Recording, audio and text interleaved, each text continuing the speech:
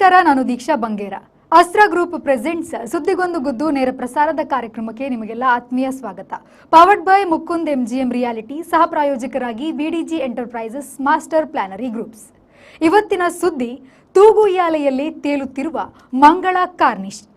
ಕರಾವಳಿ ಜಿಲ್ಲೆಯಲ್ಲಿ ಪ್ರಥಮ ಹಾಗೂ ಮಂಗಳೂರಿನ ಕನಸಿನ ಯೋಜನೆ ಎಂದು ಪರಿಗಣಿಸಲಾಗಿದ್ದ ಮಂಗಳ ಕಾರ್ನಿಶ್ ವರ್ತುಲ ರಸ್ತೆ ಯೋಜನೆಗೆ ಸಂಪೂರ್ಣ ಮಂಗಳ ಹಾಡಲಾಗಿದೆ ಎನ್ನುವುದರ ಬಗ್ಗೆ ಒಂದು ವರದಿಯಲ್ಲಿದೆ, ನೋಡ್ಕೊಂಡು ಬರೋಣ.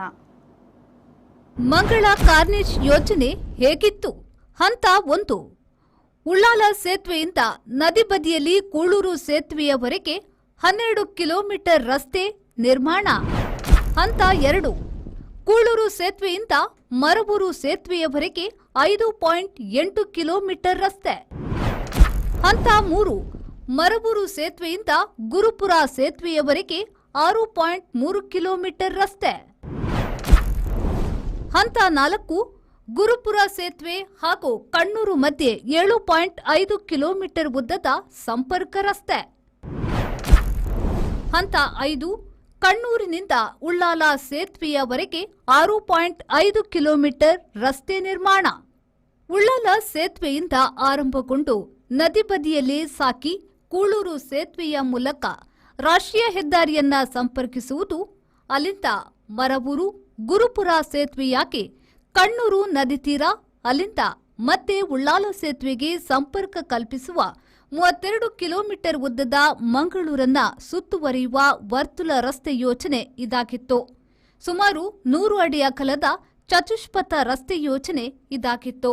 ಖಾಸಗಿ ಹಾಗೂ ಸರ್ಕಾರಿ ಸಹಭಾಗಿತ್ವದಲ್ಲಿ ಈ ಯೋಜನೆಯನ್ನ ಅನುಷ್ಠಾನಗೊಳಿಸಲು ಉದ್ದೇಶಿಸಿ ಆರಂಭದಲ್ಲಿ ಪ್ರಾಯೋಗಿಕವಾಗಿ 4 ಕಡೆಗಳಲ್ಲಿ ತಲಾ 1 ಕಿಲೋಮೀಟರ್ ಉದ್ದದ ರಸ್ತೆಯನ್ನ ನಿರ್ಮಿಸುವ ಚಿಂತನೆ ನಡೆಸಲಾಗಿತ್ತು.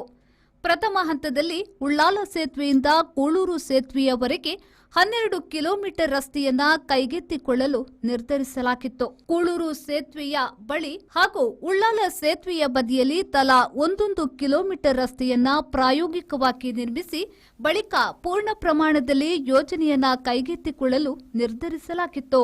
ಮಂಗಳೂರು ದಕ್ಷಿಣ ವಿಧಾನಸಭಾ ಕ್ಷೇತ್ರದ ಮಾಜಿ ಶಾಸಕರಾದ ಯೋಗೇಶ್ ಭಟ್ ಅವರ ಕನಸಿನ ಯೋಜನೆ ಇದಾಗಿದ್ದು, ಶಾಸಕರಾಗಿದ್ದ ಅವಧಿಯಲ್ಲಿ ರೂಪುಗೊಂಡ ಯೋಜನೆಯಿತು. ಮಂಗಳೂರು ಅಭಿವೃದ್ಧಿ ಪ್ರಾಧಿಕಾರದ ವತಿಯಿಂದ ಅನುಷ್ಠಾನಗೊಳಿಸಲು ನಿರ್ಧರಿಸಿ ಹಲವಾರು ಸಭೆ ಪ್ರಾತ್ಯಕ್ಷಿಕೆಗಳನ್ನು ಆಯೋಜಿಸಲಾಗಿತ್ತು. ಈ ಕುರಿತು ಮಾತನಾಡಿದ ಮಂಗಳೂರು ನಗರಾಭಿವೃದ್ಧಿ ಪ್ರಾಧಿಕಾರದ ಅಧ್ಯಕ್ಷರಾದ ಸದಾಶಿವ ಉಳ್ಳಾಲ್, ಮಂಗಳ ಕಾರ್ನಿಶ್ ಯೋಜನೆಯ ಬಗ್ಗೆ ಯಾವುದೇ ತೀರ್ಮಾನ ಮಾಡಿಲ್ಲ. ಅದರ ಬಗ್ಗೆ ಇಲ್ಲಿಯವರೆಗೆ ಸೂಕ್ತ ನಿರ್ಧಾರವನ್ನ ಕೈಗೊಂಡಿಲ್ಲ. ಅದೇ ರಸ್ತೆಯನ್ನ ನಿರ್ಮಾಣ ಮಾಡುವ ಅಷ್ಟು ಆರ್ಥಿಕ ಸಂಪನ್ಮೂಲ ಪ್ರಾಧಿಕಾರದಲ್ಲಿ ಲಭ್ಯ ಇರದ ಕಾರಣ, ಅಲ್ಲದೆ ಕೆಲವೊಂದು ಭೂಮಿ ದೊರಕದ ಕಾರಣ ಕಾರ್ಯ ಸ್ಥಗಿತಗೊಂಡಿರುತ್ತದೆ. ಮುಂದಿನ ದಿನಗಳಲ್ಲಿ ಸರ್ಕಾರದ ಸಹಕಾರವನ್ನ ಪಡೆದು ಅನುಷ್ಠಾನಗೊಳಿಸಲಾಗುತ್ತದೆ ಎಂದರು.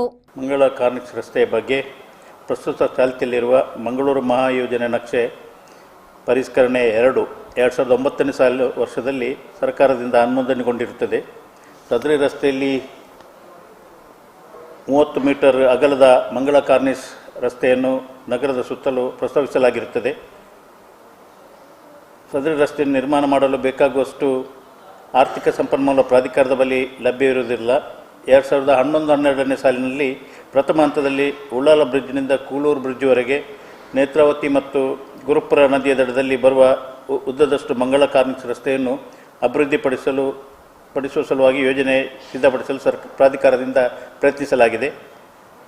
ಕೆಲವೊಂದು ಕಾರಣಗಳಿಂದಾಗಿ ಈ ಯೋಜನೆಗೆ ಬೇಕಾದಂಥ ಭೂಮಿ ದೊರಕದ ಕಾರಣ ಸದರಿ ಯೋಜನೆಯು ಸ್ಥಗಿತಗೊಂಡಿರುತ್ತದೆ. ಪ್ರಸ್ತುತ ಮಹಾಯೋಜನೆ ನಕ್ಷೆ ಪರಿಷ್ಕರಣೆ ಕಾರ್ಯವು ಪ್ರಗತಿಯಲ್ಲಿದ್ದು ಅಂತಿಮ ಹಂತದಲ್ಲಿರುತ್ತದೆ. ಅದರಂತೆ ಸದರಿ ಪರಿಷ್ಕರಣೆ 3ರ ರಸ್ತೆಯು ನಕ್ಷೆಯು ಸರ್ಕಾರದಿಂದ ಅನುಮೋದನೆಗೊಂಡ ನಂತರ ಕರ್ನಾಟಕ ನಗರ ಮತ್ತು ಗ್ರಾಮಾಂತರ ಯೋಜನಾ ಕಾಯ್ದೆ 1961 ಅಡಿಯಲ್ಲಿ ಟೌನ್ ಪ್ಲಾನಿಂಗ್ ಸ್ಕೀಮ್ ಮೂಲಕ ಸದರಿ ಮಂಗಳ ಕಾರ್ನಿಶ್ ರಸ್ತೆಯನ್ನು ಅನುಷ್ಠಾನಗೊಳಿಸಲು ಮುಂದಿನ ದಿನಗಳಲ್ಲಿ ಸರ್ಕಾರದ ಸಹಕಾರವನ್ನು ಪಡೆದು ನಿರೀಕ್ಷಿಸಿ ಪ್ರಯತ್ನಿಸಲಾಗುತ್ತದೆ. ಮಹಾಯೋಜನೆ ನಕ್ಷೆಯಲ್ಲಿ ಸಾರ್ವಜನಿಕ ಉದ್ದೇಶಕ್ಕೆ ಮೀಸಲಿರಿಸಿದ ರಸ್ತೆ, ಉದ್ಯಾನವನ ಮತ್ತು ಬಯಲು ಜಾಗ ಮತ್ತು ಇತರ ಜಾಗಗಳನ್ನು ಅದೇ ಉದ್ದೇಶಕ್ಕೆ ಅಭಿವೃದ್ಧಿಪಡಿಸುವ ಯೋಜನೆಯಾಗಿರುತ್ತದೆ. ಈ ಯೋಜನೆಯಲ್ಲಿ ಸಾರ್ವಜನಿಕ ಉದ್ದೇಶಕ್ಕೆ ಅಗತ್ಯವಿರುವ ಜಮೀನಿನೊಂದಿಗೆ ಹೆಚ್ಚುವರಿಯಾಗಿ ಭೂಮಿಯನ್ನು ಭೂಮಾಲೀಕರಿಂದ ಪಡೆದುಕೊಂಡು ಅಭಿವೃದ್ಧಿಪಡಿಸಿ ಸಾರ್ವಜನಿಕ ಉದ್ದೇಶಕ್ಕೆ ಬೇಕಾಗುವ ಜಾಗವನ್ನು ಸರ್ಕಾರವು ಪ್ರಾಧಿಕಾರವು ಉಳಿಸಿಕೊಂಡು ಆರ್ಥಿಕ ಪರಿಹಾರ ನೀಡುವ ಬದಲಿಗೆ ಅಭಿವೃದ್ಧಿಗೊಂಡ ಉಳಿಕೆ ಜಮೀನನ್ನು ನಿವೇಶನಗಳನ್ನು ಭೂಮಾಲೀಕರಿಗೆ ಹಿಂತಿರುಗಿಸುವ ಕ್ರಮವಾಗಿರುತ್ತದೆ. ಯುಪಿಒಆರ್ ಯೋಜನೆಯ ನಿರ್ದೇಶಕರಾಗಿದ್ದ ಪೊನ್ನುರಾಜ್ ಅವರಿಗೆ ನೋಡಲ್ ಅಧಿಕಾರಿಯ ಹೆಚ್ಚುವರಿ ಹೊಣೆಗಾರಿಕೆಯನ್ನ ನೀಡಲಾಗಿತ್ತು. ಮುಡಾದಲ್ಲಿ Gujarat government planning and technology ವಿಶ್ವವಿದ್ಯಾನಿಲಯದ ಆರ್ಕಿಟೆಕ್ಚರ್ ವಿಭಾಗದ ಉಪನ್ಯಾಸಕರು ಹಾಗೂ ವಿದ್ಯಾರ್ಥಿಗಳ ತಂಡ ಅಹಮದಾಬಾದ್ನ ಸಬರ್ಮತಿ ವಾಟರ್ ಫ್ರಂಟ್ ಪ್ರಾಜೆಕ್ಟ್ ಮಾದರಿಯಲ್ಲಿ ಮಂಗಳ ಕಾರ್ನಿಸ್ ಯೋಜನೆಯ ಬಗ್ಗೆ ಪ್ರಾತ್ಯಕ್ಷಿಕೆಯೊಂದನ್ನು ನೀಡಿತ್ತು. ಇದಾದ ಕೆಲವು ಸಮಯದ ಬಳಿಕ ವಿಧಾನಸಭಾ ಚುನಾವಣೆ ಬಂತು. ಪ್ರಕ್ರಿಯೆಗಳು ಸ್ಥಗಿತಗೊಂಡವು. ಮುಂದಕ್ಕೆ ಶಾಸಕರಾಗಿ ಬಂದ ಜೆಆರ್ ಲೋಬೋ ಅವರು ಇದರ ಬಗ್ಗೆ ಉತ್ಸುಕತೆ ತೋರಿದ್ರು ಬೇರೆ ಬೇರೆ ಕಾರಣದಿಂದ ಮುಂದಕ್ಕೆ ಚಲಿಸಲೇ ಇಲ್ಲ. ಬಿಜೆಪಿಯ ಕನಸಿನ ಯೋಜನೆಗೆ ಬಿತ್ತು ಕಾಂಗ್ರೆಸ್ ಸರ್ಕಾರದಿಂದ ಕೊಡಲಿಯೇಟು. ರಾಜಕೀಯ ತಿಕ್ಕಾಟಕ್ಕೆ ಬಲಿಯಾಯ್ತಾ ಮಂಗಳ ಕಾರ್ನಿಶ್ ಯೋಜನೆ. ಕಾರ್ನಿಶ್ ಬದಲಾಗಿ ಮುಲ್ಕಿಯಿಂದ ತಲಪಾಡಿವರೆಗೆ ಬೀಚ್ ರಸ್ತೆ ಪ್ಲಾನ್. ಮಂಗಳ ಕಾರ್ನಿಶ್ ವರ್ತುಲ ರಸ್ತೆಯ ಬದಲು ಮಂಗಳೂರು ನಗರಾಭಿವೃದ್ಧಿ ಪ್ರಾಧಿಕಾರವು ಕಡಲ ಬದಿಯಲ್ಲಿ ಹೊಸ ರಸ್ತೆ ಮಾಡುವ ಪ್ರಸ್ತಾವಕ್ಕೆ ಈಗ ಮುಂದಾಗಿದೆ. ಕಡಲ ಬದಿಯಲ್ಲೇ ರಸ್ತೆ ನಿರ್ಮಿಸುವ ಮೂಲಕ ಮೀನುಗಾರಿಕೆಗೆ ಹೆಚ್ಚು ಅನುಕೂಲ ಮಾಡುವುದು ಹೊಸ ಯೋಜನೆಯ ಉದ್ದೇಶ. ಪ್ರವಾಸೋದ್ಯಮಕ್ಕೆ ಅನುಕೂಲ ಹಾಗೂ ಜನರ ಬಳಕೆಗೂ ಇದು ಅನುಕೂಲವಾಗಲಿದೆ. ಸದ್ಯ ಈ ಯೋಜನೆಯ ಪರಾಮರ್ಶೆ ಸರ್ಕಾರಿ ಮಟ್ಟದಲ್ಲಿ ನಡೆಯುತ್ತಿದೆ. ಮೂಡಾ ವತಿಯಿಂದ ಅನುಷ್ಠಾನಕ್ಕೆ ಉದ್ದೇಶಿಸಲಾಗಿದೆ. ಕೋಟಿ ಕೋಟಿ ಹಣ ಈ ಯೋಜನೆಯಲ್ಲಿ ನದಿ ಪಾಲಾಗುವುದು ಯಾವ ನ್ಯಾಯ? ರಾಜಕೀಯ ತಿಕ್ಕಾಟ ಏನೇ ಇರಲಿ, ಇದರಿಂದ ಪೋಲಾಗುವುದು ಸಾರ್ವಜನಿಕರ ಹಣ. ಮಂಜುನಾಥ್ ಪ್ರಸಾದ್, ವಿ4 ನ್ಯೂಸ್, ಮಂಗಳೂರು.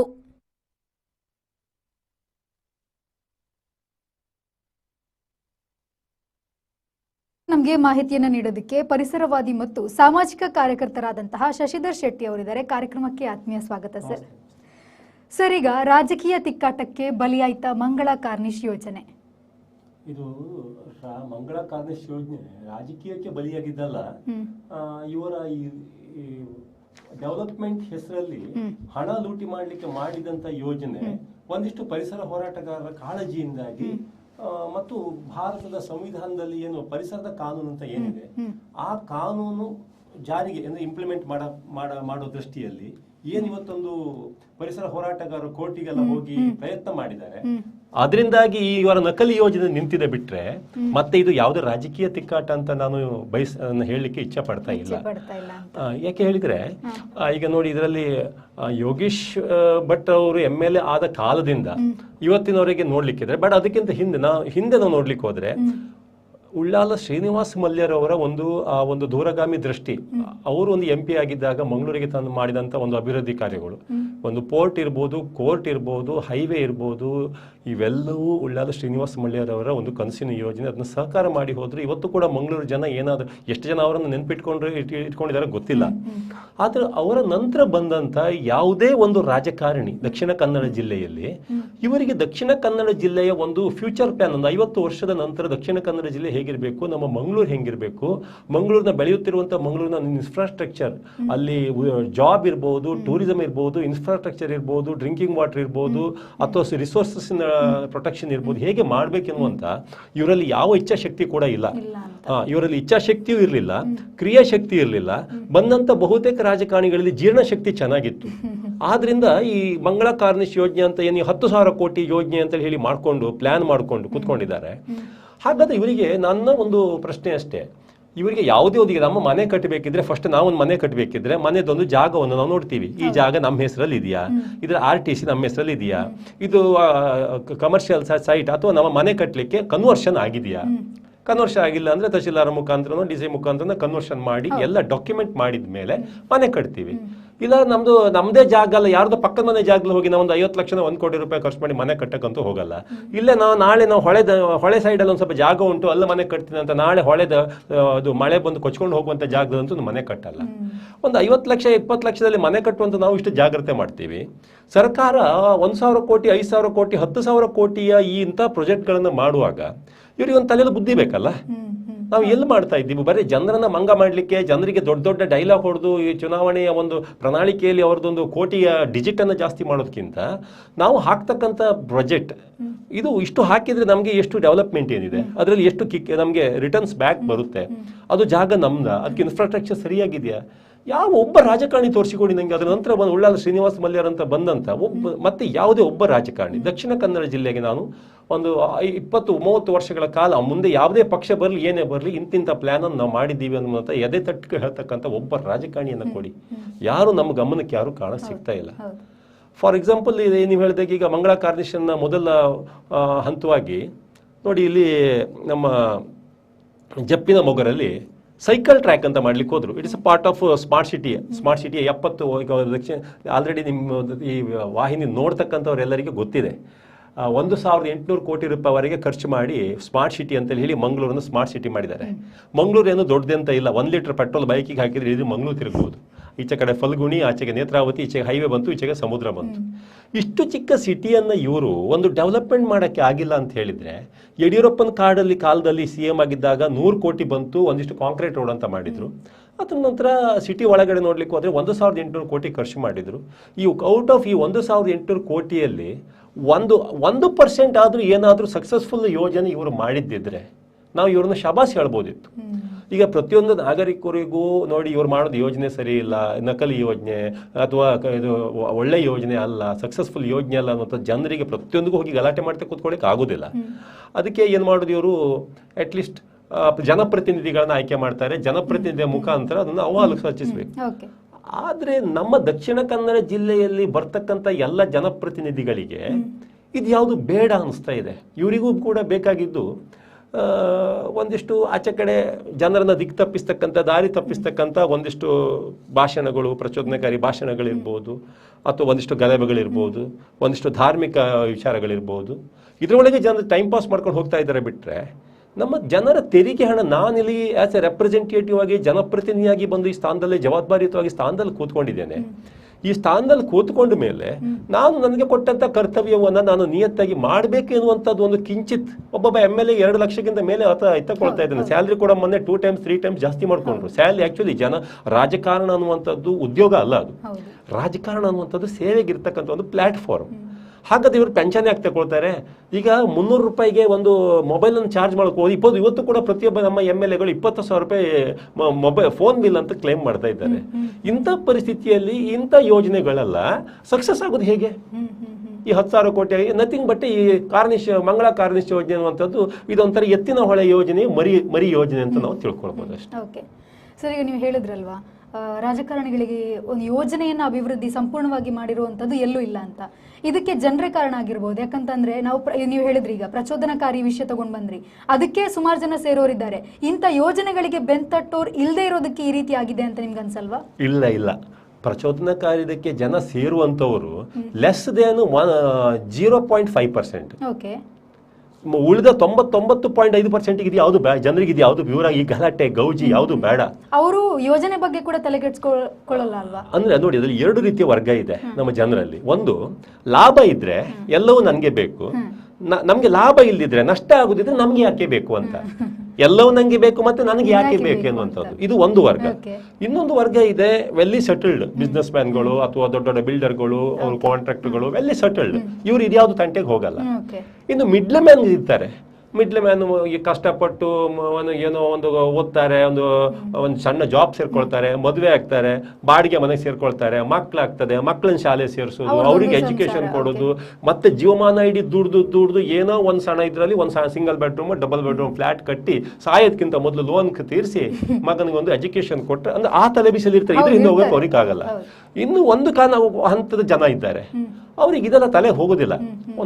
ಒಂದು ಕೋಳಿಪಡೆ, ಇಲ್ಲ ಒಂದು ಕಂಬಳ, ಇಲ್ಲ ಆಚೆಗೆ ಒಂದಿಷ್ಟು ಉತ್ಸವಗಳು, ಇಲ್ಲ ರಾಜಕಾರಣದ ಎಲ್ಲಾದ್ರೂ ಒಂದಿಷ್ಟು ಸಭೆ ಸಮಾರಂಭಗಳಾದಾಗ ಒಂದು ಬರ್ಲಿಕ್ಕೆ ಹೇಳ್ತಾರೆ, ಇಲ್ಲಿ ಕಾರ್ಪೊರೇಟರ್ಗಳು ಅವರು ಇರಲ್ಲ, ಅವ್ರ ಜೊತೆ ಹೋಗಿ ಒಂದು ಬಿರಿಯಾನಿ ಅಲ್ಲಿ ತಿನ್ಕೊಂಡು ಜೈಕಾರ ಹಾಕಿ ಒಂದಿಷ್ಟು ಜನ ಕೂತ್ಕೊಳ್ತಕ್ಕಂಥ ಒಂದು ವರ್ಗ ಇದೆ.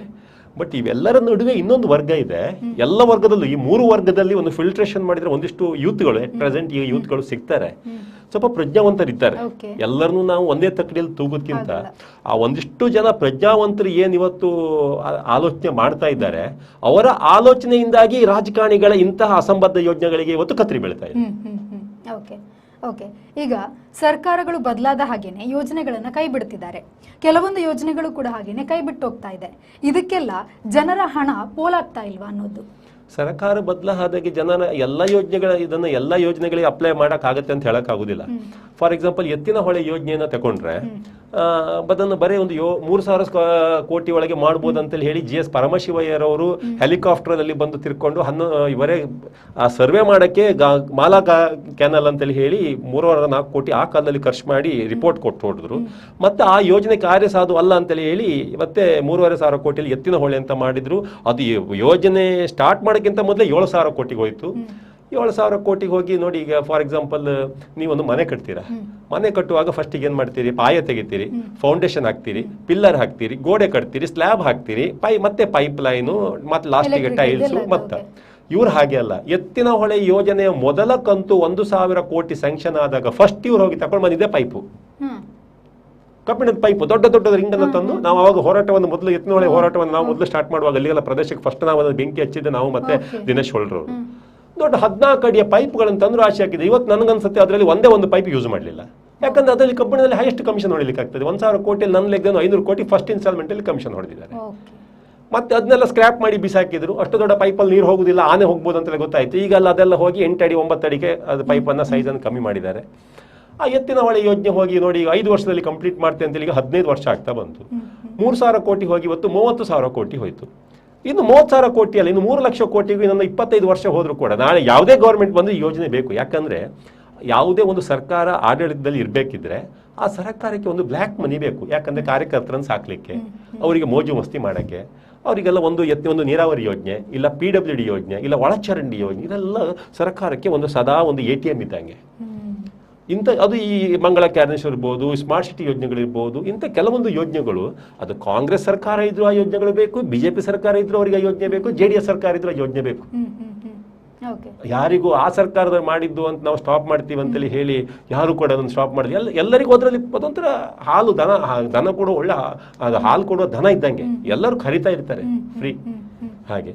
ಬಟ್ ಇದರಲ್ಲಿ ಟೆಕ್ನಿಕಲಿ ಸಮಸ್ಯೆಗಳಿಗೆ ಬಂದಾಗ ತಪ್ಪಿಸ್ಕೊಳ್ತಾರೆ. ಯಾವುದು ಎಲ್ಲರೂ ತಿನ್ನಕ್ಕೆ ಎಲ್ಲರೂ ಇದ್ದಾರೆ, ಮೈಮೇಲೆ ಬೀಳುತ್ತೆ ಅಂತ ಗೊತ್ತಾದಾಗ ನಾನಲ್ಲ ಅವರು ಅಂತೇಳಿ ಹೇಳಿ ಇನ್ನೊಬ್ರು ಪಕ್ಷವನ್ನು ದೂರ ತೋರಿಸ್ತಕ್ಕಂಥ, ಕೈ ಬೆರಳು ತೋರಿಸ್ತಕ್ಕಂಥ ಕೆಲಸವನ್ನು ಬಹಳ ಚೆನ್ನಾಗಿ ನಮ್ಮ ರಾಜಕಾರಣಿಗಳು ಮಾಡ್ತಾ ಇದ್ದಾರೆ ಅಂತ.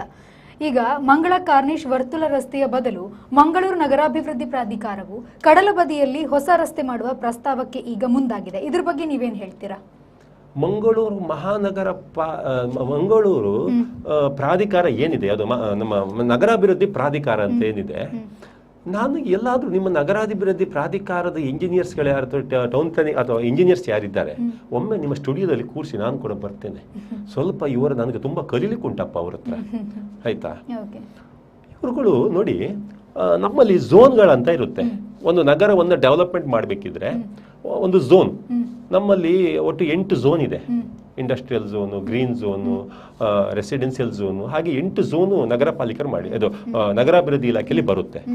ಅದಕ್ಕೆ ಒಂದೊಂದು ಝೋನಿಗೆ ಇವ್ರೇನ್ ಮಾಡ್ತಾರೆ, ಒಂದೊಂದು ಕಲರ್ ಅಲ್ಲಿ pink, orange, red, green, blue, ಹಾಗೆ ಒಂದೊಂದು ರೆಡ್ ಅಲ್ಲಿ ಅದನ್ನ ಇದು ಮಾಡ್ತಾರೆ. ಪ್ರತಿ 10 ವರ್ಷಕ್ಕೋ ಇಲ್ಲ 5 ವರ್ಷಕ್ಕೊಮ್ಮೆ ಆ ಝೋನ್ ಅನ್ನ ಇವರು ಡಿಪೆಂಡ್ ಆನ್ ದಿ ಡೆವಲಪ್ಮೆಂಟ್ ಅದರಲ್ಲಿ ಝೋನ್ ಅನ್ನು ಚೇಂಜ್ ಮಾಡ್ತಾರೆ ಇವರು. ಈ ಮಂಗಳೂರು ನಗರಾಭಿವೃದ್ಧಿ ಪ್ರಾಧಿಕಾರ ನೋಡಿ, ಇವತ್ತು ಯಾರು ಇಲ್ಲಿ ಅಧ್ಯಕ್ಷರು ಹೇಳ್ತಾ ಇದ್ರು, ನಾವು ಅಲ್ಲಿ ರೋಡ್ ಮಾಡ್ತೇವೆ, ಅಲ್ಲಿ ಪಾರ್ಕ್ ಮಾಡ್ತೇವೆ, ಗ್ರೀನರಿ ಮಾಡ್ತೇವೆ. ಇಡೀ ಮಂಗಳೂರು ನಗರಾಭಿವೃದ್ಧಿ ಪ್ರಾಧಿಕಾರ ಹೆಚ್ಚು ಕಡಿಮೆ 48+50 ಲೇಔಟ್ ಮಾಡಿರ್ಬೋದು ಇಷ್ಟರೊಳಗೆ. ಆ ಲೇಔಟ್ ಮಾಡಿದ್ರಲ್ಲಿ ಅದರಲ್ಲಿ 30% ಗ್ರೀನರಿ ಅಂತ ಹೇಳಿ ಇವರು ಬಿಡಬೇಕು, ಪಾರ್ಕ್ ಮಾಡಬೇಕು, ಪಬ್ಲಿಕ್ ಸೆಕ್ಟರ್ಗೆ ಬಿಡಬೇಕು. ₹1 ಇವರು ಪಾರ್ಕಿಗೆ ಖರ್ಚು ಮಾಡಿದ್ದಾರೆ ತೋರಿಸಿಕೊಳ್ಳಿ. ಅವರು ಗ್ರೀನ್ ಸೆಸ್ ಅಂತ ಕಲೆಕ್ಟ್ ಮಾಡ್ತಾರೆ. ಇವರು ಮಾಡ್ತಾರೆ ಏನ್ ಗೊತ್ತುಂಟಾ, ಇದೇ ದುಡ್ಡನ್ನು 25 ಲಕ್ಷ ಖರ್ಚು ಮಾಡಿ ಕದ್ರಿ ಪಾರ್ಕಿಗೆ ಗೇಟ್, ಆ ದುಡ್ಡಲ್ಲಿ ಕದ್ರಿ ಪಾರ್ಕಿಗೆ ಗೇಟ್ 25 ಲಕ್ಷ ಕಲ್ಲೆಲ್ಲ ಹಾಕಿ, ಅಲ್ಲಿ ಮಕ್ಕಳಿಗೆ ಉಯ್ಯಾಲೆ ಅಂತ ಹೇಳಿ ತುಕ್ಕಿಡಿದ ತಗಡಿ ₹1 ಕೋಟಿ. ಟೋಟಲಿ ಇವ್ರು ಏನ್ ಮಾಡ್ಬೇಕು, ಗ್ರೀನ್ ಸೆಸ್ ಅಂತ ನಗರ ಪಾಲಿಕೆ ಇವರು ಕಲೆಕ್ಟ್ ಮಾಡ್ತಾರಲ್ಲ, ಅದರಲ್ಲಿ ಏನು ಗ್ರೀನ್ ಪ್ಯಾಚ್ ಹಾಳಾಗಿದ್ದಕ್ಕೆ ಇನ್ನೊಂದು ಕಡೆ ಇವರು ಜಾಗ ಖರೀದಿ ಮಾಡಿ ಗ್ರೀನ್ ಅನ್ನು ಬೆಳೆಸಬೇಕು. ಮತ್ತೆ ಈಗ ನೋಡಿ, ಫಾರ್ ಎಕ್ಸಾಂಪಲ್ ಈಗ ಕದ್ರಿ ಪಾರ್ಕಲ್ಲಿ ರಸ್ತೆ ಸೈಡಲ್ಲಿ 11 ಕೋಟಿ ಖರ್ಚು ಮಾಡಿ ಇದು ಮಾಡಿದ್ದಾರೆ, ಗಿಡಗಳನ್ನ ಬೆಳೆಸಿದ್ದಾರೆ, ಪಾರ್ಕ್ ಮಾಡಿದ್ದಾರೆ. ಸ್ಮಾರ್ಟ್ ಸಿಟಿ ಅವರು ಮಾಡಿ ಕೊಟ್ಟಿದ್ದಾರೆ, ಗಿಡಗಳೆಲ್ಲ ಒಣಗ್ತಾ ಉಂಟು. ಈಗ ಮಳೆಗಾಲದಲ್ಲಿ ಕೆಲವು ಚಿಗಿದು ಬಿಟ್ಟು ಒಣಗ್ತಾ ಇದೆ. ಸ್ಮಾರ್ಟ್ ಸಿಟಿ ಅವ್ರ ಹತ್ರ ಕೇಳಿದ್ರೆ ನಮ್ಗೆ ಡೆವಲಪ್ಮೆಂಟ್ ಮಾಡಿ ಕೊಡುದು ಮಾತ್ರ ನಮ್ಮ ಕೆಲಸ, ನೀರು ಹಾಕೋದು ನಮ್ ಕೆಲಸ ಅಲ್ಲ, ಮೇಂಟೈನ್ ನಮ್ ಕೆಲಸ ಅಲ್ಲ ಅಂತ. ಸಿಟಿ ಕಾರ್ಪೊರೇಷನ್ ಹತ್ರ ಕೇಳಿದ್ರೆ ಅದು ನಮ್ಮ ಯೋಜನೆಯೇ ಅಲ್ಲ, ಅದು ಸ್ಮಾರ್ಟ್ ಸಿಟಿ ಅವ್ರದ್ದು, ನಮ್ಗೂ ಅದಕ್ಕೂ ಸಂಬಂಧ ಇಲ್ಲ. ಯಾಕಂದ್ರೆ ಇವರು ಕಮಿಷನ್ ತಿನ್ನೋರಲ್ಲ, ಅವರು ನಮ್ಗೆ ಇದು ತಿನ್ಬೇಕು ಅಂತ ಹೇಳಿ ನಾವೇ ಜವಾಬ್ದಾರಿ ತಗೊಳ್ಬೇಕು. ಇಲ್ಲಿ ನಮ್ಮ ಮಂಗಳೂರಿನಲ್ಲಿ ಯಾವುದೇ ಒಂದು ಕೆಲಸ ಆಗ್ಬೇಕಿದ್ರು ಕೂಡ ನೋಡಿ, ಮೂಡೋದು ಇಂಜಿನಿಯರ್, ಕಾರ್ಪೊರೇಷನ್ ಇಂಜಿನಿಯರ್, ಮತ್ತೆ ಸ್ಮಾರ್ಟ್ ಸಿಟಿ ಇಂಜಿನಿಯರ್ ಇರ್ಬೋದು, ಅಥವಾ ಈ 3 ವಿಭಾಗದ ಎನ್ವೈರನ್ಮೆಂಟ್ ಇಂಜಿನಿಯರ್ ಇರ್ಬೋದು, ಯಾರನ್ನು ಒಂದು ಗಣನೆಗೆ ತಗೊಳ್ತಿಲ್ಲ. ಒಟ್ಟಿಗೆ ಕೂತ್ಕೊಂಡು ರೌಂಡ್ ಟೇಬಲ್ ಅಲ್ಲಿ ಕೂತ್ಕೊಂಡು ಡಿಸ್ಕಸ್ ಮಾಡಲ್ಲ. ಮಂಗಳೂರಿನಲ್ಲಿ ಒಂದು ಮಂಗಳೂರು ಸಿಟಿ ಕಾರ್ಪೊರೇಷನ್ ಅಲ್ಲಿ ಒಂದು ಎನ್ವೈರನ್ಮೆಂಟ್ ಇಂಜಿನಿಯರ್ ಇದ್ದಾರೆ. ಮಂಗಳೂರಿನ ರಸ್ತೆ ಮಾಡುವಾಗ ಇವ್ರನ್ನ ಗಣನೆಗೆ ತಗೊಳ್ಳೋದಿಲ್ಲ, ಮೀಟಿಂಗಿಗೆ ಇವ್ರನ್ನ ಕರೆಯಲ್ಲ. ಎಲ್ಲಿ 4 ಗಿಡ ಹಾಕಬೇಕು, ಎಲ್ಲಿ ಅಂಡರ್ಲಿ ಒಂದು ಪೈಪ್ ಹಾಕ್ಬೋದು, ಎಲ್ಲಿ ಡ್ರೈನೇಜ್ ಪಕ್ಕ ಇನ್ನೊಂದು ಒಂದು ಡ್ರೈನೇಜ್ ಮಾಡಿ ಲೈನ್ ಮಾಡಿಬಿಟ್ಟು ಅದುಗಡೆ ಕರೆಂಟ್ ಕೇಬಲ್ಸ್ ಮತ್ತೊಂದು ಪೈಪ್ ಅನ್ನು ಹಾಕ್ಸ್ಬೋದು, ಇದು ಯಾವುದು ಡಿಸ್ಕಸ್ಸೇ ಮಾಡಲ್ಲ. ಈಗ ಇವರು ಕೂಡ ಅಷ್ಟೇ. ಈಗ ನಿಮ್ದು ಮೂಡದಲ್ಲಿ ಕೂಡ ಏನೀಗ ರಸ್ತೆ ಮಾಡಿ ಈ ಯೋಜನೆ ಮತ್ತೊಂದು ಕಡೆ ತಿರ್ಸ್ತೀವಿ ಅಂತ ಹೇಳ್ತಾರಲ್ಲ, ಇವ್ರ ಹತ್ರ ಕೇಳುದು ಮಂಗಳೂರಿನಲ್ಲಿ CRZ 1-2 ಅಥವಾ 1A 1B ಅಂತೇಳಿ ಇದೆ, 2A 2B ಅಂತೇಳಿ ಇದೆ. ನಮ್ಮ ಇಲ್ಲಿ ಒಂದು ಸೈಕಲ್ ಟ್ರ್ಯಾಕ್ ಮಾಡಕ್ಕೆ ಕೊಟ್ಟಿದ್ದಾರೆ ಇಲ್ಲಿ ಸ್ಮಾರ್ಟ್ ಸಿಟಿಯಿಂದ. ಇಲ್ಲಿ ನಮ್ಮ ಜಪ್ಪಿನಮೂರಲ್ಲಿ ಸೈಕಲ್ ಟ್ರ್ಯಾಕ್ ಎಲ್ಲಿವರೆಗಂದ್ರೆ ಇವರು ಹುಚ್ಚುತನ 2 ಕಿಲೋಮೀಟರ್ ಸೈಕಲ್ ಟ್ರ್ಯಾಕ್ 70 ಕೋಟಿ ರೂಪಾಯಿ ಖರ್ಚು, ಅದಕ್ಕೆ ಬಜೆಟ್ ಇರೋದು 2 ಕಿಲೋಮೀಟರ್ ಸೈಕಲ್ ಟ್ರ್ಯಾಕ್. ಇನ್ನೊಂದು ಗಮ್ಮತ್ತು ಹೇಳಿದ್ರೆ ಅದರಲ್ಲಿ ಲ್ಯಾಂಡ್ ಎಕ್ವಿಜಿಷನ್ ಆಗಿಲ್ಲ, ಅದರಲ್ಲಿ ಮೋಸ್ಟ್ ಆಫ್ ದಿ ಲ್ಯಾಂಡ್ ಇರುವಂತದ್ದು ಪೋರ್ಟ್ ಲ್ಯಾಂಡ್ ಅಂದ್ರೆ ಅದಕ್ಕೆ ಯಾವುದೇ ಇದಿಲ್ಲ, ಯಾವುದು ಸರ್ವೆ ನಂಬರ್ ಇರಲ್ಲ. ಸರ್ವೆ ನಂಬರ್ ಇಲ್ಲೇ ಇರುವಂತದ್ದು ಲ್ಯಾಂಡ್ ಪೋರ್ಟ್ ಲ್ಯಾಂಡ್. ಅದು CRZ 1B ಅಲ್ಲಿ ಬರುತ್ತೆ. 1B ಅಂದ್ರೆ ಹೈಟೆಡ್ ಮತ್ತೆ ಲೋಟೆಡ್ ಇರುವಂತ ಜಾಗ, ಅದು 1A ಅಂದ್ರೆ ಮ್ಯಾಂಗ್ರೋವ್ಸ್ ಇರುವಂತ ಜಾಗ. ಈ 2 ಜಾಗದಲ್ಲಿ there is no provision to build a single pillar. MOF law ಪ್ರಕಾರ ಇವರು ಕೇಂದ್ರ ಸರ್ಕಾರಕ್ಕೆ ರಾಜ್ಯ ಸರ್ಕಾರಕ್ಕೆ ಮಿಸ್ಗೈಡ್ ಮಾಡಿ ನಾವು ಹೊಳೆ ಸೈಡಲ್ಲಿ ಏನೂ ಮಾಡೋದಿಲ್ಲ, ಲ್ಯಾಂಡ್ವಾರ್ಡ್ ಸೈಡಲ್ಲಿ ಮಾಡ್ತಿದ್ದೀವಿ ಅಂತ ಹೇಳಿ ಸುಳ್ಳು ಅಫಿದಾವತ್ತು ಕೊಟ್ಟು ಹೊಳೆ ಸೈಡಲ್ಲಿ ದಂಡೆ ಕಟ್ಕೊಂಡು ಮಾಡ್ತಾ ಇದ್ದಾರೆ.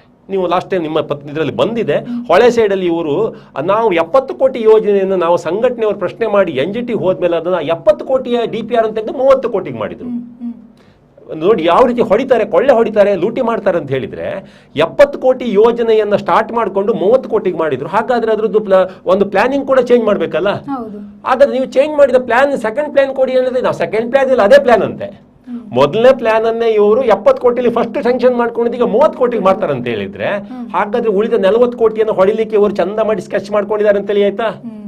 ಅದನ್ನ ಇವ್ರನ್ನ ಒಳ್ಳೆ ತನಿಖೆ ಮಾಡಿದ್ರೆ ಇವ್ರನ್ನ ಒಬ್ಬೊಬ್ಬರನ್ನು 10 ವರ್ಷ ಜೈಲಿಗೆ ಹಾಕೋಷ್ಟು ಇದೆ. ಇದೆಲ್ಲ ಅಂದ್ರೆ ರೆಡ್ ಆಗಿ ಸಿಕ್ಕಿ ಬಿಡ್ತಾರೆ ಇವ್ರ ಹತ್ರ. ಆದ್ರೆ ಏನು ಮಾಡ್ಲಿಕ್ಕೆ ಆಗ್ತಿಲ್ಲ ಅಂತ. ಆಗುತ್ತೆ, ಎಲ್ಲ ಆಗುತ್ತೆ. ಬಟ್ ಈಗ ನೋಡಿ ಮಂಗಳೂರಿನಲ್ಲಿ ಈಗ ಒಂದು ಲೋಕಾಯುಕ್ತದ ಒಳ್ಳೊಳ್ಳೆ ಆಫೀಸರ್ಸ್ ಬಂದಿದ್ದಾರೆ. ಇಂಥ ಆಫೀಸರ್ಸ್ಗಳು ಎಲ್ಲ ಡಿಸ್ಟಿಕ್ ಅಲ್ಲಿ ಎಲ್ಲ ಕಡೆ ಬಂದ್ರೆ ಒಮ್ಮೆ ಅವ್ರನ್ನೆಲ್ಲ ಹಿಡಿದು ಹಿಂಡಕ್ ಆಗುತ್ತೆ. ಬಟ್ ಉಪ್ಪು ತಿಂದವ್ರು ನೀರು ಕುಡಿಲೇಬೇಕು. ಎಲ್ಲ ನೋಡಿ, ಸಾರ್ವಜನಿಕ ತೆರಿಗೆ ಹಣ ತಿಂದವ ಅವ್ ನೆಮ್ಮದಿಯಿಂದ ಬದುಕಕ್ಕೆ ಸಾಧ್ಯ ಇಲ್ಲ.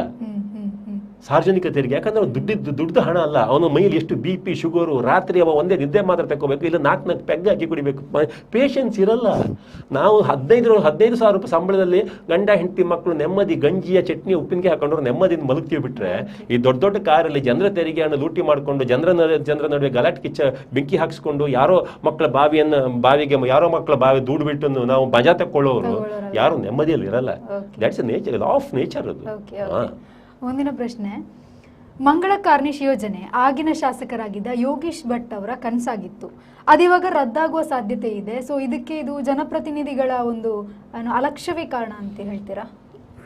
ಇದು ಮಂಗಳ ಕಾರ್ನಿಶ್ ಯೋಜನೆ ಯೋಗೀಶ್ ಭಟ್ರು ಮಾಡಿದ್ದು ಇಟ್ಸ್ ಎ ಬ್ಯೂಟಿಫುಲ್ ಕಾನ್ಸೆಪ್ಟ್. ಅದರಲ್ಲಿ ಎರಡನೇ ಮಾತಿಲ್ಲ. ಆಕ್ಚುಲಿ ನನಗನ್ಸುತ್ತೆ ಒಂದು ಉಳ್ಳಾಲ ಶ್ರೀನಿವಾಸ ಮಲ್ಯರ ನಂತರ ಒಂದು ಸ್ವಲ್ಪ ಏನಾದರೂ ಒಂದಿಷ್ಟು ನಿಯತ್ತು ಇರುವಂಥ ರಾಜಕಾರಣಿ ಅಂದರೆ ಯೋಗೀಶ್ ಭಟ್ರನ್ನ ನಾನು ರೆಕಾಗ್ನೈಸ್ ಮಾಡ್ತೇನೆ. ಯಾಕಂದ್ರೆ ಸ್ವಲ್ಪ it's a good man, nice man. ಅವರ ಪ್ಲ್ಯಾನ್ ಚೆನ್ನಾಗಿತ್ತು. ಯಾಕಂದರೆ ಮಂಗಳೂರಿನಲ್ಲಿ ಇರುವಂಥದ್ದು 4 ಸಿಗ್ನಲ್ ಆಚೆ ಈಚೆ ಹೋಗೋಕ್ಕಾಗಲ್ಲ. ಒಂದು ಮಂಗಳ ಕಾರ್ನಿಶ್ ಅಂತೇಳಿ ಒಂದು ರೌಂಡ್ ಆಫ್ ಮಾಡಿದರೆ ಅವರ ಪ್ಲ್ಯಾನ್ ಹೇಗೂ ಅಲ್ಲಿ ಒಂದು ಸಾರ್ವಜನಿಕ ರಸ್ತೆ ಮಾಡಿದರೆ ಅಲ್ಲಿ ಜನರದ್ದು ಲ್ಯಾಂಡ್ ಕಮ್ಮಿ ಇರ್ತದೆ, ಗೌರ್ಮೆಂಟ್ ಲ್ಯಾಂಡೇ ಮ್ಯಾಕ್ಸಿಮಮ್ ಇರ್ಬೋದು. ಸ್ವಲ್ಪ ಅಕ್ಕಪಕ್ಕ ಇದ್ದರೂ ಕೂಡ ನಾವು ಜನರ ಲ್ಯಾಂಡನ್ನು ಪರ್ಚೇಸ್ ಮಾಡಿ ಮಾಡ್ಬೋದು ಅಂತೇಳಿ. ಆದ್ರೆ ಯಾವಾಗ ಯೋಗೀಶ್ ಭಟ್ರು ಮಂಗಳಾ ಕಾರ್ನಿಶ್ ಮಾಡುವ ಪ್ಲಾನ್ ಮಾಡಿದ್ರು, ಮಂಗಳೂರಿನ ದೊಡ್ಡ ದೊಡ್ಡ ಬಿಲ್ಡರ್ಗಳು, ದೊಡ್ಡ ದೊಡ್ಡ ಮಾಜಿ ಸಚಿವರು, ರಾಜಕಾರಣಿಗಳೆಲ್ಲ ಎಲ್ಲೆಲ್ಲಿ ಮಂಗಳಾ ಕಾರ್ನಿಶ್ ಹೋಗ್ತದೆ ನೋಡಿ, ಅಲ್ಲೇನೆಲ್ಲ ಜಕ್ರೆಗಟ್ಟಲೆ ಜಾಗನ ಪರ್ಚೇಸ್ ಮಾಡಿಟ್ರು. ಪರ್ಚೇಸ್ ಮಾಡಿ ಮತ್ತೆ ಇವ್ರದ್ದು resort, home stay, party hall ಎಲ್ಲ ಮಾಡೋದಂತೇಳಿ ಹೇಳಿ, ನಾನು ಹೆಸರು ಹೇಳಕ್ ಹೋಗಲ್ಲ, ಎಲ್ಲ ನಿಮ್ಗೆ ಮೀಡಿಯಾದ ನಿಮ್ಮ ರಿಪೋರ್ಟರ್ಗಳಿಗೆಲ್ಲ ಗೊತ್ತಿದೆ. ಎಲ್ಲ ಒಂದ್ ರೌಂಡ್ ಹೋದ್ರೆ ಎಷ್ಟು ಜನ ರಾಜಕಾರಣಿಗಳದ್ದು ಎಷ್ಟೆಷ್ಟು ಎಕರೆ ಜಾಗ ಇದೆ ಅಂತೇಳಿ ಅದು ಮಾಡ್ಕೊಳ್ಳೋದಂತ. ಎಲ್ಲಿವರೆಗೆ ಮಾಡ್ಕೊಳ್ಳೋದು ಅಂತ ಹೇಳಿದ್ರೆ ನದಿ ದಡದವರೆಗೂ ಎನ್ಕ್ರೋಚ್ ಮಾಡ್ಕೊಂಡ್ರು. ಇನ್ನು ಮಂಗಳಾ ಕಾರ್ನಿಶ್ ಮಾಡೋದಿದ್ರೆ ನದಿ ಮಧ್ಯೆ ಮಾಡ್ಕೊಂಡು ಹೋಗ್ಬೇಕು. ನಮ್ ಲ್ಯಾಂಡ್ ಅಲ್ಲೂ ಕೊಡಲ್ಲ, ನಾವು ಎನ್ಕ್ರೋಚ್ ಮಾಡಿದ ಲ್ಯಾಂಡ್ ಅಲ್ಲೂ ಕೊಡಲ್ಲ. ನಮ್ದು ಏನಿದ್ರು ನೆಕ್ಸ್ಟ್ ಪಾರ್ಟಿ ಹಾಲ್, ರೆಸಾರ್ಟ್ ಮಾಡ್ಕೊಂಡು ಬಾಡಿಗೆ ಕೊಟ್ಕೊಂಡು ನೆಮ್ಮದಿಯಲ್ಲಿ ಮಜಾ ಮಾಡ್ತೀವಿ ಅನ್ನುವಂಥ ದೃಷ್ಟಿಯಲ್ಲಿ ಇದು. ಮತ್ತೆ ನೋಡಿ, ಇವತ್ತೊಂದು ಡೈಲಾಗ್ ಹೊಡಿತು. ಈಗ ನಿಮ್ಮ ನ್ಯೂಸ್ ಅವರು ಡೈಲಾಗ್ ಹೊಡೆದ್ರು ಅಧ್ಯಕ್ಷರು, ನಿಮ್ಮ ಮೂಡಾದ್ದು, ನಾವು ಇವರಿಗೆ ಮೀನುಗಾರರಿಗೆಲ್ಲ ಇದು ಮಾಡ್ತೀವಿ, ಮೀನುಗಾರರಿಗೆ ಅನುಕೂಲ ಆಗ್ತದೆ. ದಕ್ಷಿಣ ಕನ್ನಡ ಜಿಲ್ಲೆಯಲ್ಲಿ, ಅದರಲ್ಲೂ ಮಂಗಳೂರಿನಲ್ಲಿ ಮೀನುಗಾರರ ಸಂಖ್ಯೆ ಎಷ್ಟಿದೆ ಅನ್ನುವಂಥದ್ದು ನನ್ನ ಪ್ರಶ್ನೆ ಅವ್ರದ್ದು ಕೇಳ್ತೇನೆ ನಾನು. ಎಷ್ಟು ಜನ ಮೀನುಗಾರರಿದ್ದಾರೆ ಅಂತೇಳಿ ನಾನು ಕೇಳೋದು. ಎಲ್ಲಿದ್ದಾರೆ? ಇಡೀ ಪಲ್ಗುಣಿಯಲ್ಲಿ ಮೀನು ಹಿಡಿದು ನೋಡಿ, ಪಲ್ಗುಣಿ ಹೊಳೆಯಲ್ಲಿ ಆ ಮೀನನ್ನು ತಿಂದ್ರೆ ಅವನಿಗೆ ಸಾಂಕ್ರಾಮಿಕ ರೋಗ ಬರ್ಬೋದು. ಇವತ್ತು ಅಲ್ಲಿ ಬೆಂಗ್ರೆಯಲ್ಲಿ ಒಂದು 25 ವರ್ಷಗಳ ಹಿಂದೆ ಚಿಕ್ಕ ಚಿಕ್ಕ ಓಡ ಅಂದ್ರೆ ಗೊತ್ತುಂಟ, ಒಬ್ಬ ಹೋಗಿ ಮೀನು ಹಿಡಿಯುವಂತದ್ದು. ಅದ್ರಲ್ಲಿ ಹೋಗಿ ಮೀನು ಹಿಡಿದು ಬದುಕುವಂತ ಹೆಂಡತಿ ಮಕ್ಕಳನ್ನಾಕಿ ಸಾಕುವಂತವ್ರು ಇವತ್ತು ಓಡನೆಲ್ಲ ಅವರು ತೆಂಗಿನ ಕಟ್ಟೆಯಲ್ಲಿ ಕೌಚ ಇಟ್ಟು ಇವರು ಮೇಸ್ತ್ರಿ ಕೆಲಸಕ್ಕೆ, ಕೂಲಿ ಕೆಲಸಕ್ಕೆ ಹೋಗ್ತಾ ಇದ್ದಾರೆ. ಮೀನಿಲ್ಲ ಪಲ್ಗುಣಿಯಲ್ಲಿ. ಪಲ್ಗುಣಿಯಲ್ಲಿ ಏನಾಗಿದೆ ಅಂತ ಹೇಳಿದ್ರೆ ನೋಡಿ, ಈಕೋಲಿ ಅಂತ ಬ್ಯಾಕ್ಟೀರಿಯಾ ಇದೆ. ಈಕೋಲಿ ಬ್ಯಾಕ್ಟೀರಿಯಾ ಇದು ಪಾಲಿಟೆಡ್ ನೀರಲ್ಲಿ ಸೆಂಟ್ರಲ್ ಗೌರ್ಮೆಂಟಿನ ನೋಟಿಫಿಕೇಶನ್ ಪ್ರಕಾರ ಮ್ಯಾಕ್ಸಿಮಮ್ 800 to 900 ಪರ್ ppm ಇರಬೇಕು. ನಾವು ಇದನ್ನ ಗೌರ್ಮೆಂಟ್ ಲ್ಯಾಬ್ ಅಲ್ಲಿ ಟೆಸ್ಟ್ ಮಾಡಿ ನಮ್ಮ ಪಲ್ಗುಣಿ ನೀರನ್ನ ಟೆಸ್ಟ್ ಕಳಿಸಿದೀವಿ. 28,000 ಇದೆ. 28,000. ದಕ್ಷಿಣ ಕನ್ನಡ ಜಿಲ್ಲೆಯ ಮಂಗಳೂರಿನ 30 ವೆಟ್ವೆಲ್ ಇದೆ, ವೆಟ್ವೆಲ್ಸ್. ಇದನ್ನ ಪಂಪ್ ಮಾಡಿ ಫಿಲ್ಟ್ರೇಷನ್ ಯೂನಿಟಿಗೆ ಕಳಿಸಿ ಅಲ್ಲಿಂದ ಕಳಿಸ್ಬೇಕಲ್ಲ. ಇವ್ರು ಏನೂ ಮಾಡಲ್ಲ. 30 ವೆಟ್ವೆಲ್ ಅಲ್ಲಿ ನನ್ನ ಲೆಕ್ಕದಲ್ಲಿ 30% ನೀರು ಏನ್ ಮಾಡಿದೆ, ಸ್ಮಾರ್ಟ್ ಸಿಟಿ ರಸ್ತೆ ಮಾಡಿದ್ದಾರೆ. ಸ್ಮಾರ್ಟ್ ಸಿಟಿ ರಸ್ತೆಯಲ್ಲಿ ಒಂಥರ ಕ್ಯಾನ್ಸರಿಗೆ ಬ್ಯಾಂಡೇಜ್ ಹಾಕಿದ್ದಾರೆ.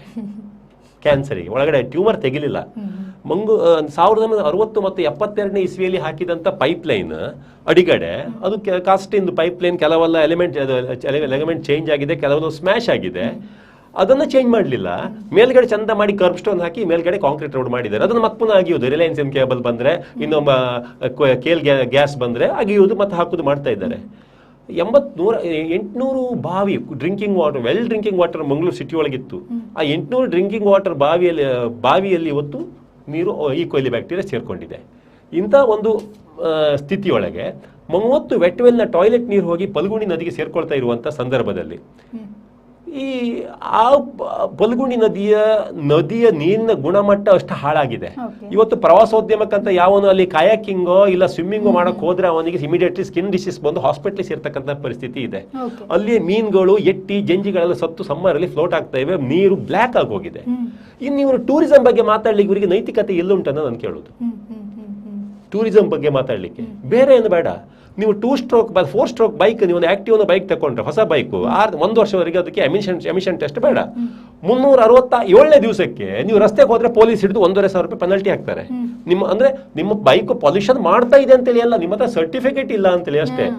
ಆದ್ರೆ ಬೈಕಂಪಾಡಿ ಇಷ್ಟೂ ಇಂಡಸ್ಟ್ರಿಯಲ್ ಏರಿಯಾದ ಇಂಡಸ್ಟ್ರಿಗಳು ಆ ಒಂದು ಗಲೀಜು ನೀರನ್ನ, ಕೆಮಿಕಲ್ ನೀರನ್ನ ವಿದೌಟ್ ಫಿಲ್ಟ್ರೇಷನ್, ಇಡೀ ಅವ್ರ ಇದ್ರೊಳಗೆ ಒಂದೇ ಒಂದು ಫಿಲ್ಟ್ರೇಷನ್ ಯೂನಿಟ್ ಇಲ್ಲ, ಡೈರೆಕ್ಟ್ ಪಲ್ಗುಣಿ ನದಿಗೆ ಬಿಟ್ಟು ನದಿಯನ್ನೇ ಪಾಲ್ಯೂಟ್ ಮಾಡಿದ್ದಾರೆ. ಏನ್ ಕೇಸ್ ಹಾಕಿದಿರಿ ಇವ್ರ ಮೇಲೆ?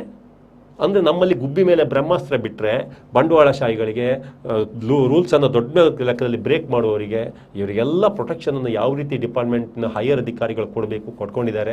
ರಾಜಕಾರಣಿಗಳು ಕಾಲಕ್ಕೆ ಅವರಿಂದ ಏನು ಬೆಲ್ಲ, ಜೇನುತುಪ್ಪ ಏನೇನು ತಕೊಂಡು ತಿನ್ಬೇಕು ಎಲ್ಲ ತಿಂತಾ ಇದ್ದಾರೆ. ಕಾಮನ್ ಜನಗಳು, ನಾವುಗಳು ಮೂರ್ಖರ ರೀತಿ ಇಲ್ಲಿ ಕಟ್ಟೆ ಪುರಾಣ ಮಾಡಿಕೊಂಡು ಬೈಕೊಂಡು ಫೇಸ್ಬುಕ್, ವಾಟ್ಸಪ್ಪಲ್ಲಿ ಜಗಳ ಮಾಡಿಕೊಂಡು ಕೂತ್ಕೊಂಡಿದ್ದೀವಿ ಅಷ್ಟೇ. ಈ ಯೋಜನೆ ಬಗ್ಗೆ ಜನಪ್ರತಿನಿಧಿಗಳಿಗೆ ಯಾಕೆ ಅಷ್ಟೊಂದು ಚಿಂತೆ ಇಲ್ಲ ಅಂತ? ಆರಾಮಾಗಿ ಅಂದ್ರೆ ಅದು ಆಗುತ್ತೆ ಅಂತ, ಅಥವಾ ಅಲ್ಲ ಬೇಡ ಇದು ರದ್ದಾಗ್ಲಿ ಅನ್ನೋ ಒಂದು ಮನಸ್ಥಿತಿಯ ಏನಾಗಿರ್ಬೋದು ಅಂತ? ಇಲ್ಲಪ್ಪ, ಈ ಜನಪ್ರತಿನಿಧಿಗಳಿಗೆ ಇಂಥ ಯೋಜನೆಗಳು ಬೇಕು.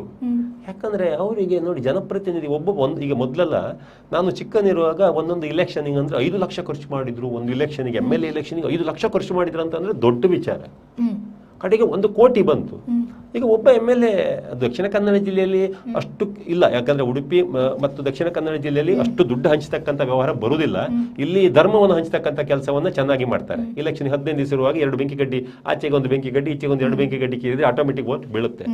ಆದ್ರೆ ಮಿನಿಮಮ್ ಒಬ್ಬೊಬ್ಬ MLA 50 ಕೋಟಿ ರೂಪಾಯಿಯಿಂದ 100 ಕೋಟಿ ರೂಪಾಯಿ ಖರ್ಚು ಮಾಡ್ತಾನೆ ಚುನಾವಣೆಗೆ, ಮತ್ತು ಅವ್ರು ರಿಟರ್ನ್ ತೆಗೆಯೋದು ಬೇಡವಾ? ಅಂಥವರಿಗೆಲ್ಲ ಯೋಜನೆಗಳು ಬೇಕು. ಓಕೆ. ಹೊಸದಾಗಿ ಮುಲ್ಕಿಯಿಂದ ತಲಪಾಡಿಯವರೆಗೆ ಬೀಚ್ ರಸ್ತೆ ಮಾಡುವ ಬಗ್ಗೆ ಪ್ರಸ್ತಾವನೆ ಇದೆ. ಮೂಡಾ ಅಧ್ಯಕ್ಷರಾದ ಸದಾಶಿವ ಉಳ್ಳಾಲ್ ಹೇಳ್ತಿದ್ದಾರೆ, ಈ ಯೋಜನೆಯು ಅರ್ಧಕ್ಕೆ ನಿಂತರೆ ಅಭಿವೃದ್ಧಿಯ ಮಾತೆಲ್ಲಿ ಬಂತು ಅಂತ. ಇದ್ರ ಬಗ್ಗೆ ಸದಾಶಿವರು ಮೊದಲು ಸ್ಪಷ್ಟನೆ ಕೊಡಬೇಕು. ಅಭಿವೃದ್ಧಿ ಅಂದ್ರೆ ಏನು?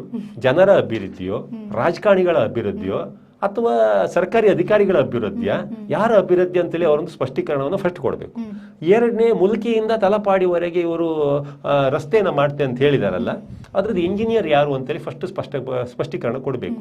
ಯಾಕೆ ಹೇಳಿದ್ರೆ ನೋಡಿ, ಈಗ ಮಂಗಳೂರಿನ ಸ್ಮಾರ್ಟ್ ಸಿಟಿ ಬಸ್ ಸ್ಟ್ಯಾಂಡ್ ಅಂತ ಮಾಡಿದ್ದಾರೆ.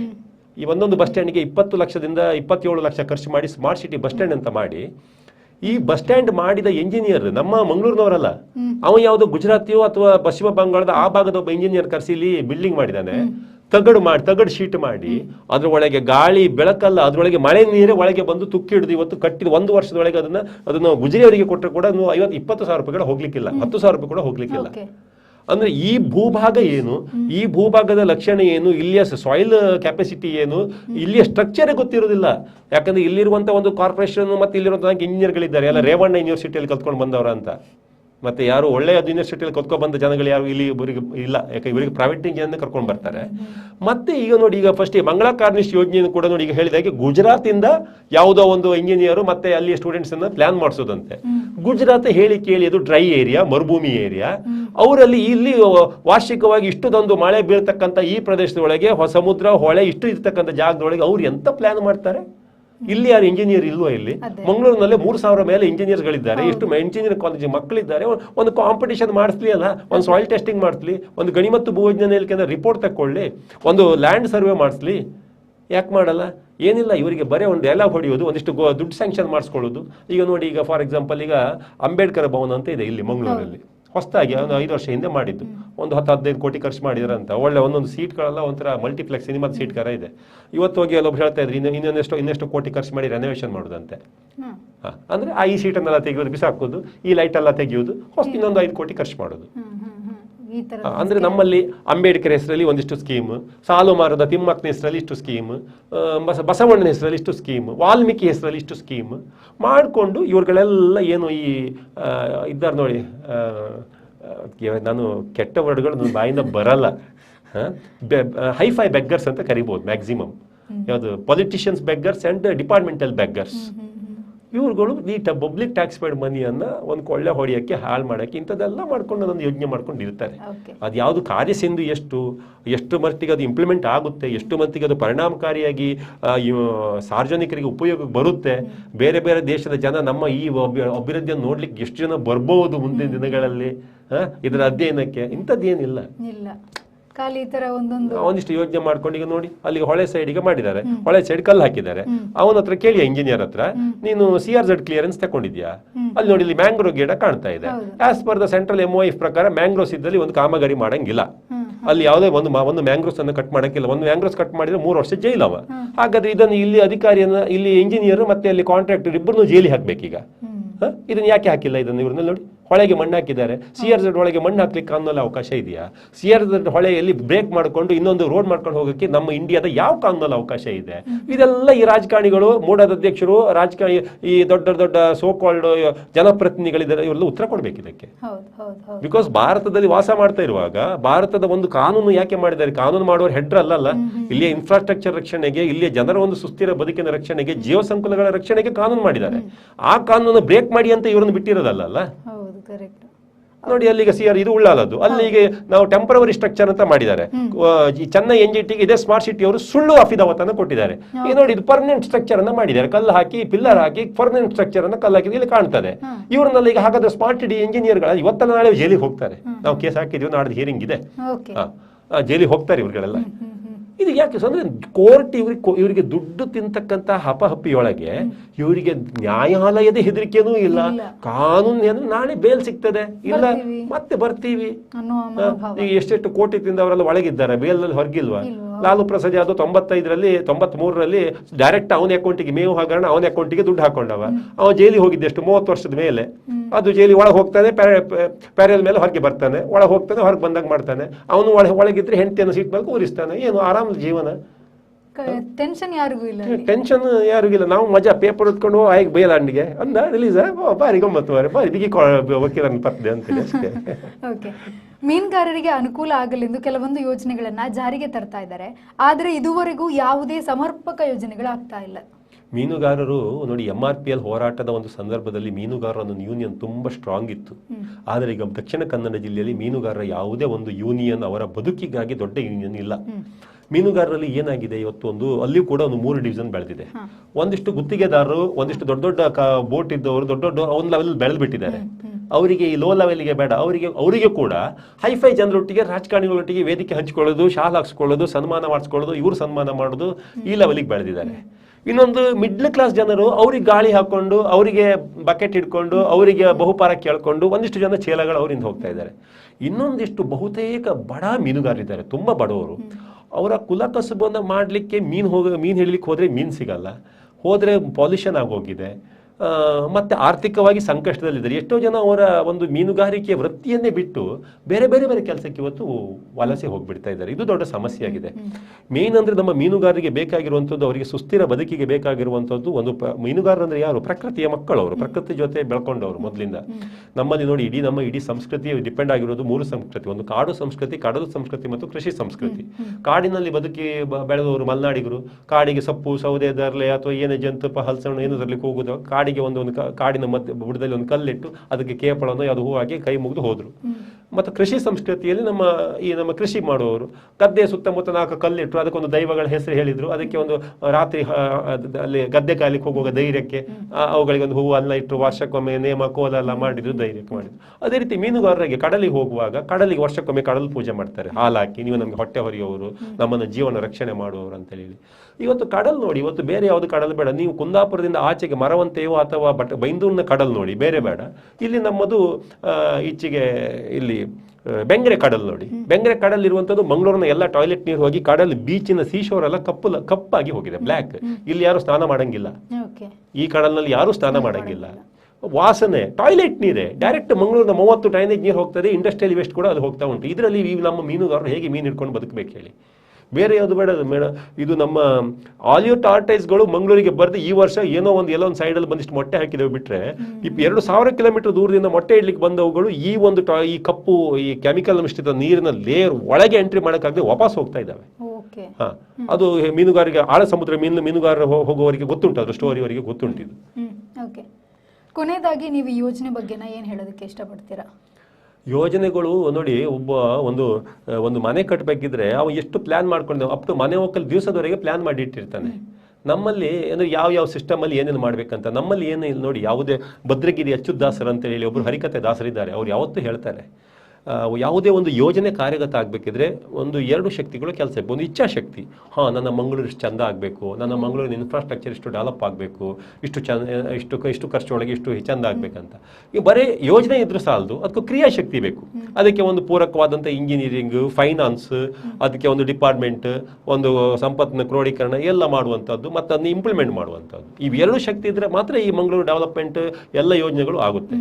ಆದರೆ ನಮ್ಮಲ್ಲಿ ಏನಾಗಿದೆ ಅಂದರೆ, ಇಚ್ಛಾಶಕ್ತಿ ಕೆಲವರಿಗಿದೆ, ಕ್ರಿಯಾಶಕ್ತಿ ಇಲ್ಲ. ಇನ್ನು ಕೆಲವರಿಗೆ ಕ್ರಿಯಾಶಕ್ತಿ ಇದೆ, ಇಚ್ಛಾಶಕ್ತಿ ಇಲ್ಲ.